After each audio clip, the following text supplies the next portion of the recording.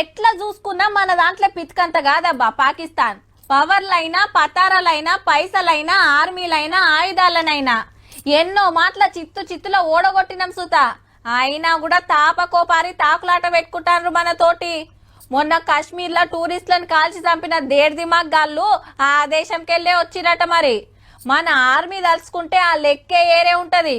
కానీ ఒక్కపారి ఆడదాకా పోకుంటా ఇగో గిట్లా వాళ్ళ సంగతి చూస్తాన్నాం. ఈయన కేకును కాకులెత్తుకపోను ఎందుకురా మీకు ఈ సంబురాలు?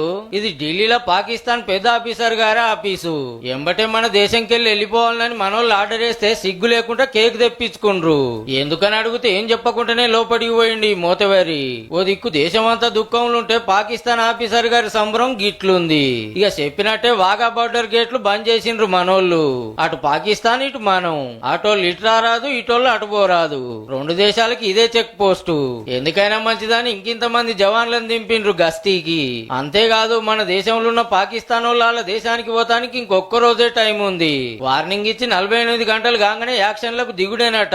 అక్కడ వాళ్ళకు వీసాలు గీసాలు మొత్తం క్యాన్సిల్ చేసి పడేసిండ్రు కాశ్మీర్ లో చేసిన ఉద్దార్కంతో. మనల్ని తూటాతోని కొడితే వాళ్ళని వాటర్ తోని కొట్టే కార్యం శురు అయింది. సింధు నది నీళ్లను ఆపాలని డిసైడ్ చేసింది మన గవర్నమెంట్. టిబెట్ లో పుట్టి మన భూమిలోకి వెళ్లి ఆళ్లకు పోతుంది నది.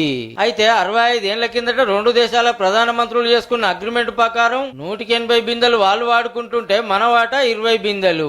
పాకిస్తాన్ లో 180 ఎకరాలు వారేది గీ నీళ్లతోటేనట. ఇక మనం మీద ఆగబట్టినాం అనుకో లక్షల ఎకరాలు ఎడారవుడు పక్కా. వాళ్ళకు మనకి ఎన్నో మాటల యుద్ధాలు జరిగినా గింతగొట్టు నిర్ణయం ఎన్నడూ చేయలే. కాశ్మీర్ లో మనోళ్ళని చంపిన బద్మాషిగాళ్ళంతా అక్కడోళ్లే. మరి పాకిస్తాన్ దేనికెంత ఫేమస్ గాని టెర్రరిస్ట్ అడ్డాలకైతే అడ్రస్ అయింది. మనం ఎంత మంచిగా ఉందామన్నా గెలిగిచ్చి గడికోపారి పంచాయతీ పెట్టుకోబట్టి కాల్చి చంపబట్టి బడివేగాళ్ళు.